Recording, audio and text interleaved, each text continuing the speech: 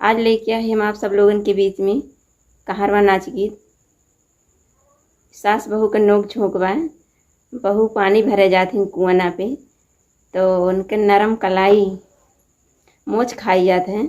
अपनी सास से डॉक्टर बुलावे कहा थी। तो आप लोग गीत के माध्यम से सुनिए, बहुत प्यारा गीत बा। जैसे भी लगी कमेंट करके बताइए, लाइक शेयर करिए। तो चलें सुना जाएगी। ऊँचे कुआनवा भरन गईली पानी मुरुकी गई ना। ऊँचे कुआनवा भरन गईली पानी मुरुकी गई ना। हमरी नरमी कलैया मुरुकी गई ना। ऊँचे कुआनवा भरन गईली पानी मुरुकी गई ना। हमरी नरमी कलैया मुरुकी गई ना। हमरी नरमी कलैया मुरुकी गई ना। गलिया की गलियां रे घूमई बयदवा बोलावा सासुना। हे बोलावा सासुना। सासु अपन डकटरवा बोलावा सासुना।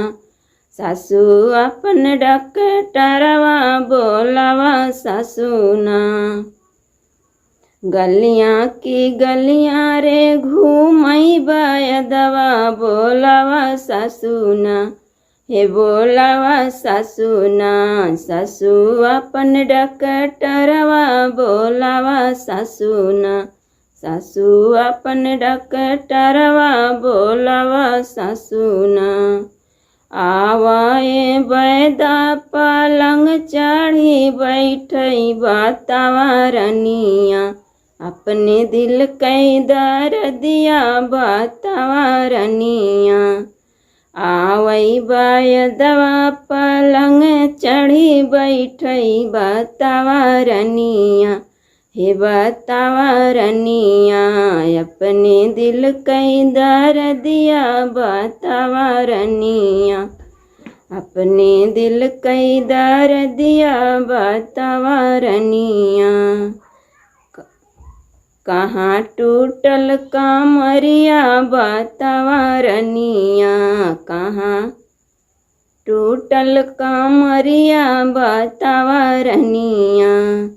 पकड़ै कलैया पकड़ै करियैया बतावा रनिया। कहाँ टूटै कामरिया बतावा रनिया। पकड़ै कलैया पकड़ै करियैया बतावा रनिया। कहाँ टूटै कामरिया बतावा रनिया। छोड़ा ना छोड़ा मोरी नरमी कलैया बजर परैना। छोड़ा ना छोड़ा मोरी नरमी कलैया बजर परैना। बैदा तोरी बैदैया बजर परैना। बैदा तोरी बैदैया बजर परैना।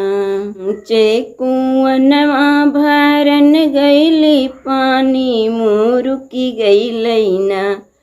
हे मुरुकी गई ना। मोरी नरमी कलैया मुरुकी गई ना।